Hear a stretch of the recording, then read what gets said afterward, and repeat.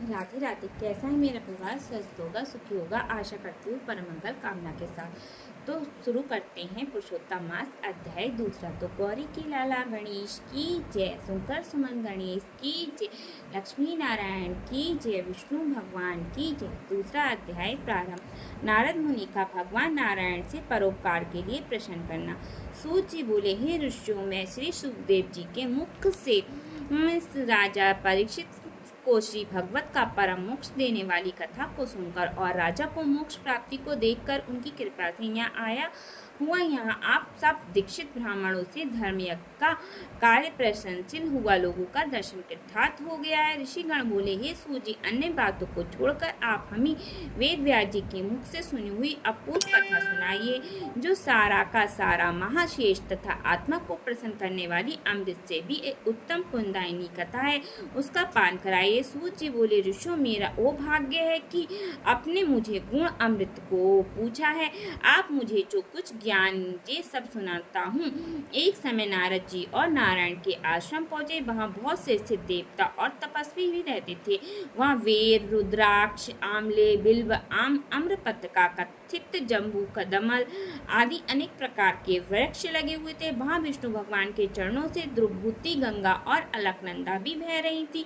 वही महामुनि नारद जी शोक चिंतित करते हुए वहां जा पहुंचे। परम ब्रह्मा से मान लगाए हुए जितेंद्रिय नारद जी के संपूर्ण शरीर से प्रारंभ छिटकती ही नारद जी ने तपस्वी नारायण को साष्टांग प्रणाम किया। स्तुति करते हुए कहा, हे देवादिदेव, संसार के स्वामी, दया सिंधु, आप सत्यव्रती हैं, त्रिविद्य हैं, सत्य के सार हो, रूपी सत्य उत्तम तत्व, आपको नमस्कार है। आपके शरण में आया हूँ। आपका ये तप संसार को शिक्षा देने वाला है, मर्यादा को रखने वाला है। आप तपस्या न करें तो पुण्यात्माओं को पाप योग से व्यक्त है। पृथ्वी कलयुग में जैसे एक व्यक्ति के पाप करने से सरलतर हो चली जाती है, जैसे ही व्यक्ति के पुण्य करने से तर जाती है, वे आपका पुण्य प्रभाव ही है जिसके बल पर ये पृथ्वी टिकी रही हुई है। पहले सतयुग आदि जैसे व्यक्ति पापचारण करता था तो सभी व्यक्ति पापी हो जाते थे, परंतु कलयुग में केवल कर्ता को ही पुण्य का पाप का भागी होता है।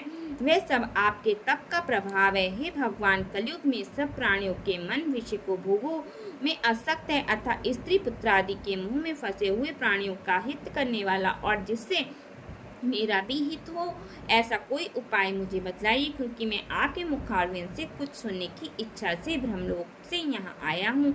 वेद भी बताते हैं कि भगवान विष्णु उपकार में प्रेमी है, इसी संसार के उपकार के लिए उस सार रूपी को कहिए। सुनने की मात्रा में जीव निर्वैक को प्राप्त। नारद के वचन सुनकर ऋषि नारायण मुस्कुराते हुए संसार को पवित्र करने वाली उत्तम कथा को कहने लगे।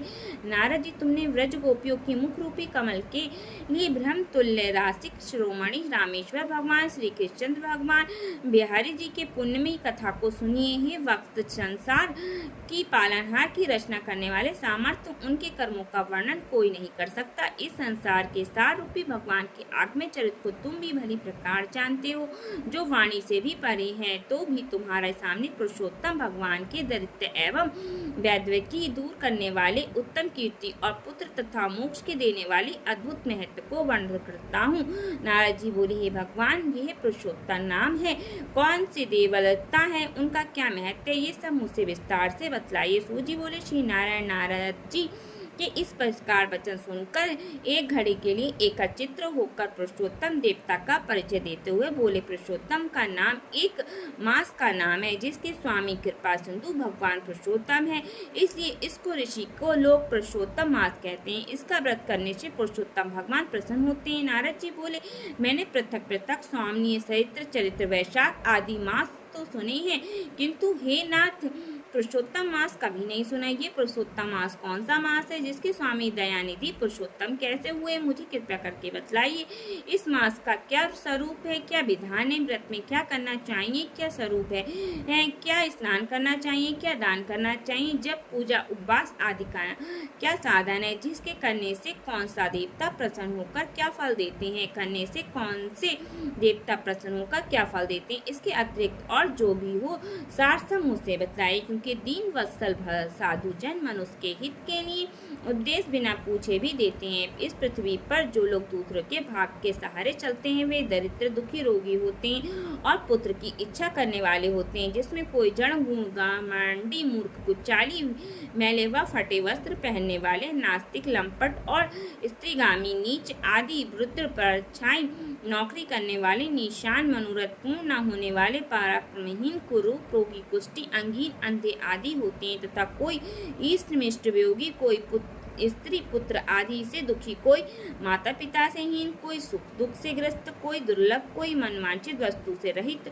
हे भगवान, ऐसे मनुष्य कुछ पुण्य करके, सुनकर तथा पढ़कर, आचरण करके कष्टों से छूट जाएं। ऐसा कोई सरल उपाय बताइए। विधापन, बाजपन, लूड़े, लंगड़े, मानसिक कष्ट, रोग, पित्त रोग, मृत्यु योग, भगंदर, बवासी, पथरी, संगाणी, खुजली आदि रोगों से ग्रसित और अन्य विधि दोषों के लोगों को देखकर बड़ा दुखी हूँ।